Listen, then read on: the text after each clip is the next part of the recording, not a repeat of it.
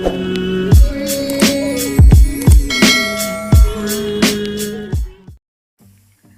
semua, Assalamualaikum. Jumpa lagi bersama saya Cikgu Tengku dalam video panduan menjawab buku aktiviti tahun 1 jilid 2 muka surat 46 sehingga 48. Kita mulakan dengan muka surat 46.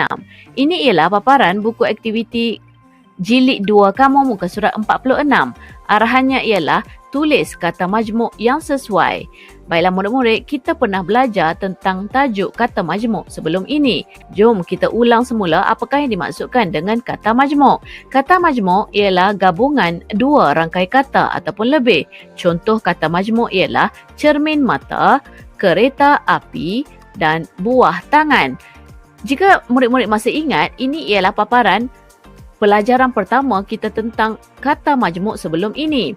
Jet pejuang, lintas hormat, hari kebangsaan, bunga raya dan sebagainya.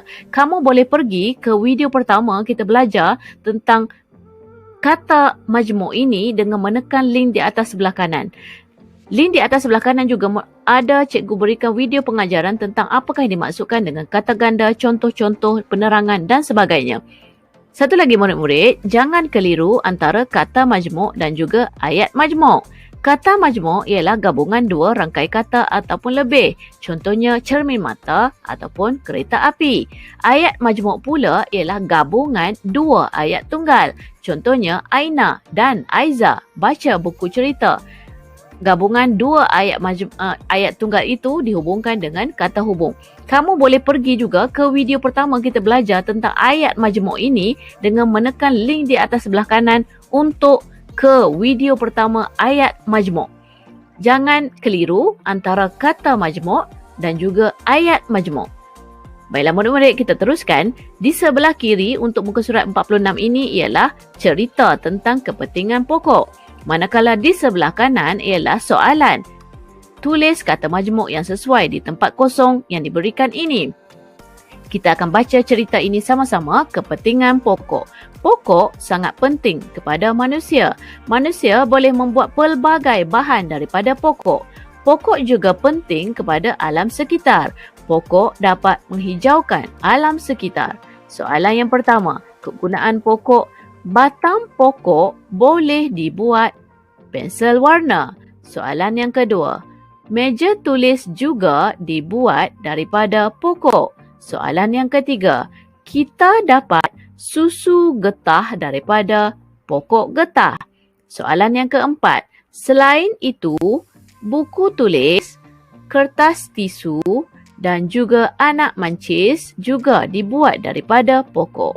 Muka surat 47. Ini ialah paparan buku aktiviti muka surat 47. Arahannya bina ayat berdasarkan gambar. Murid-murid diminta membina ayat di tempat garisan kosong ini berdasarkan kepada gambar dan juga kata ganda yang telah diberikan. Kata ganda yang pertama ialah guru-guru, murid-murid, daun-daun, ranting-ranting dan juga pokok-pokok. Ini ialah paparan tentang tajuk kata ganda yang pernah kita belajar sebelum ini.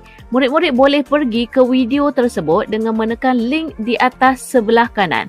Jika murid-murid teliti, ayat pelajaran kita untuk buku jilid 2 kebanyakannya ialah bersambung daripada buku jilid 1.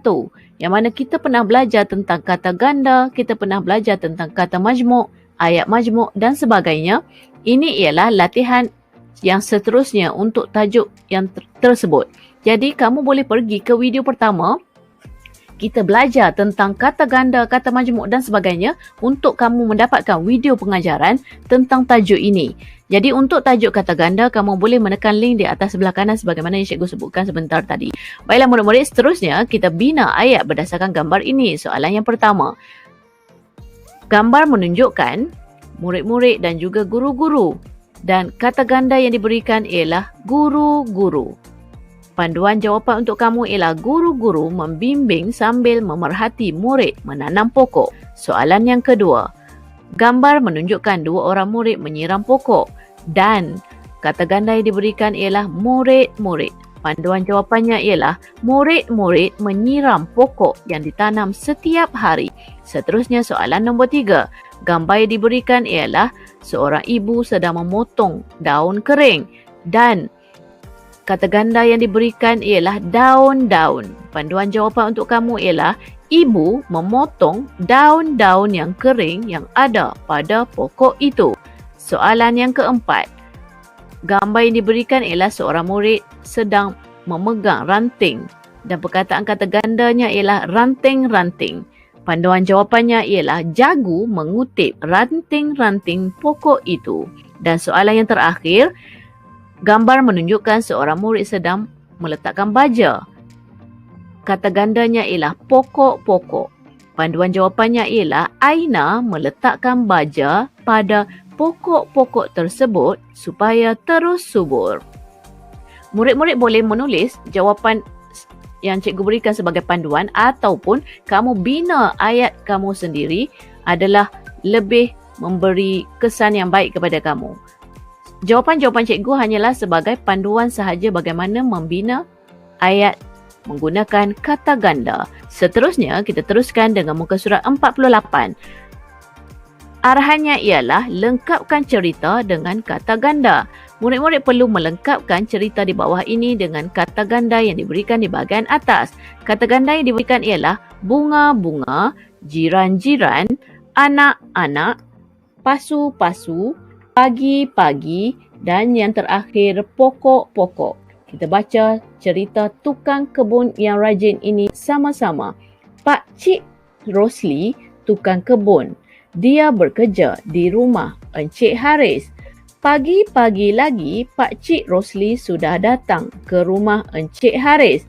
Dia tukang kebun yang rajin.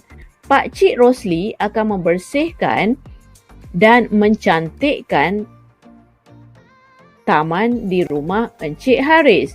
Dia menyiram pokok-pokok bunga dan menanam anak-anak pokok serta menyusun pasu-pasu bunga dengan teratur. Bunga-bunga di taman Encik Haris kelihatan cantik. Encik Haris gembira kerana kawasan rumahnya kelihatan hijau dan bersih. Udara pula semakin segar. Jiran-jiran Encik Haris selalu berkunjung ke rumahnya. Sampai di sini saja. Semoga bermanfaat. Jika ada sebarang persoalan boleh tinggalkan di bahagian komen. Jumpa lagi. Bye. Assalamualaikum.